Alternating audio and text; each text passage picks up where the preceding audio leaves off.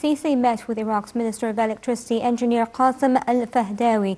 The meeting, which was attended by the Minister of Electricity and Renewable Energy, Mohammad Shagir, tackled means of boosting bilateral cooperation in the fields of electricity and energy. President El-Sisi asserted that Egypt supports the unity and sovereignty of Iraq and is keen on supporting all efforts to reinstate security and stability in order to begin the nation's reconstruction process.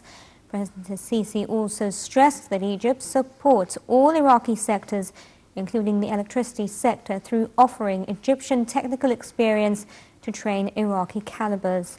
Meanwhile, presidential spokesman Ambassador Ali Yusuf said that the Iraqi minister had expressed his nation's gratitude towards Egypt's continuous support. He also stressed on the strength of Egyptian-Iraqi ties in all fields. Engineer Al-Fahdawi also stated that his country is looking forward to benefiting from Egypt's experience in various fields, especially in the field of electricity.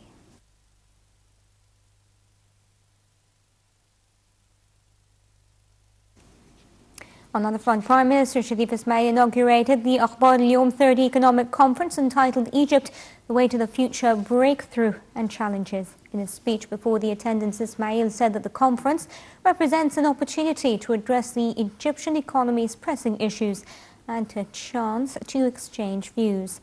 The Prime Minister said that the conference comes within a positive atmosphere and after the International Monetary Fund had approved a $12 billion loan and after Standard & Poor's agency revised Egypt's rating from negative territory to stable.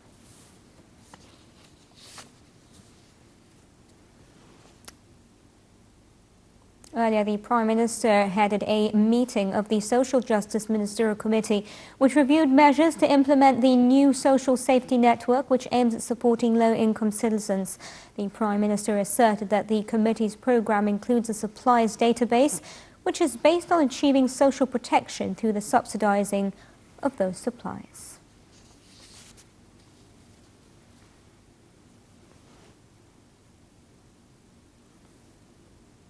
More local news. In the House of Representatives convened in a new public session today to review a number of urgent statements relevant to the repercussions of a recent decision to liberalize the Egyptian pound and raise the prices of oil products. Lawmakers are due to set a timetable to review a request for public discussions on soaring oil prices, pollution, and the reported shortage of irrigation waters at some channels nationwide.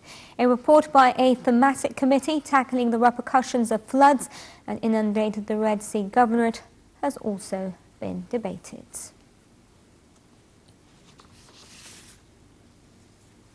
Law enforcement agencies in northern Sinai destroyed a terrorist stronghold and killed 14 Takfiri elements as part of a man terrorist across the villages of Al-Arish, Rafah and Sheikh Zuwayd. The forces, backed by commandos and civil protection police units, engaged in a heavy gunfire exchange with terrorists, uncovering 5 hideouts, 5 manholes and remotely detonating 10 explosive devices planted on roads regularly used by troops. A number of terrorist spots containing large amounts of ammunition, telecommunication sets, military uniforms and explosive circuits were also found and destroyed.